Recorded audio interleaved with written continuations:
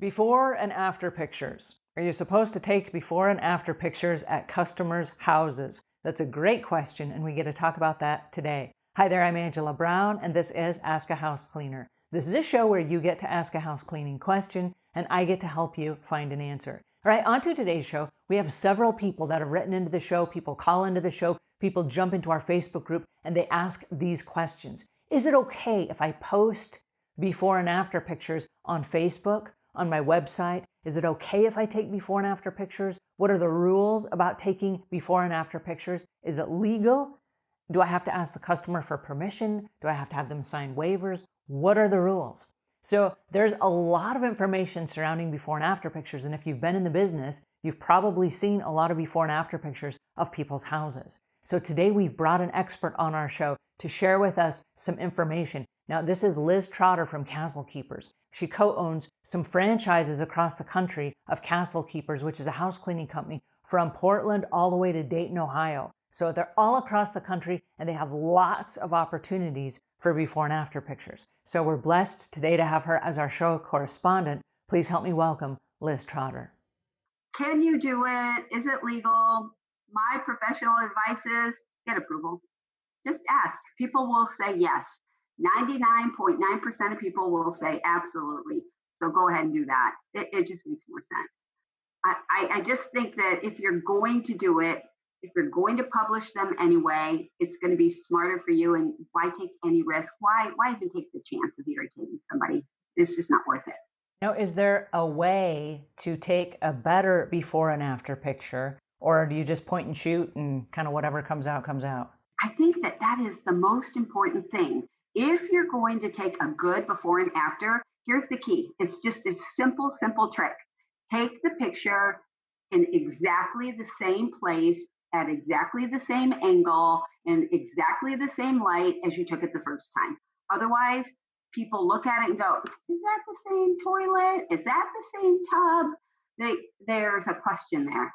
But if it's taken exactly the same direction, everything, it's easy to see that it's before and after. Also, if you have one thing in the picture that is slightly different, maybe the coloring of the floor around the toilet, or a certain kind of a knob in a shower, that's going to really help make it stand out and show that it's exactly the same tub. Do you need to bring a special camera with you, or can you do this on your cell phone? You know what? Better on your phone.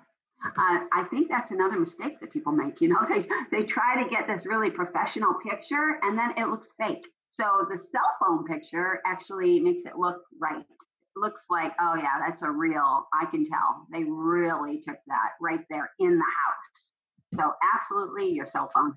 And do you have a preference, or do you think there's a right or wrong way as far as doing it vertical versus horizontal? Vertical won't fill up your space when you go to post it.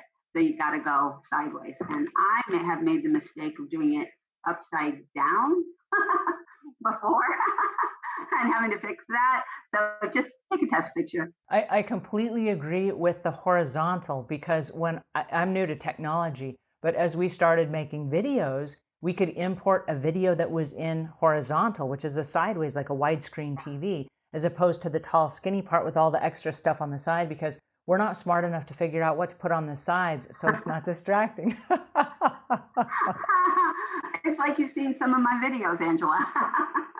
Trial and error over here. Is it legal to take pictures in people's homes? Do you need a waiver or something signed from the customer? Again, the legality is different throughout different states and different countries. So get a waiver. Just get somebody agreeing to allow you to take pictures, and then you don't have any worries at all. I don't want to speak to the legalities of every single state. So my recommendation is don't take the chance. Get a waiver. People will give it to you. And one last question. How effective are before and after pictures? Is that something you recommend for social media and websites and all that stuff to prove the kind of job that you can do as a house cleaner? You know, I really hate this. They're cheesy. Everybody agrees that it's like, everybody does it, but they're effective. So people like to see those before and after pictures. They look, and you hardly ever see anybody that looks at one before and after picture. They look at every single one of them. To me, that says they're working. People want to see that. They're like, oh, yeah, okay. Wow, if they can do that, they can easily handle my house.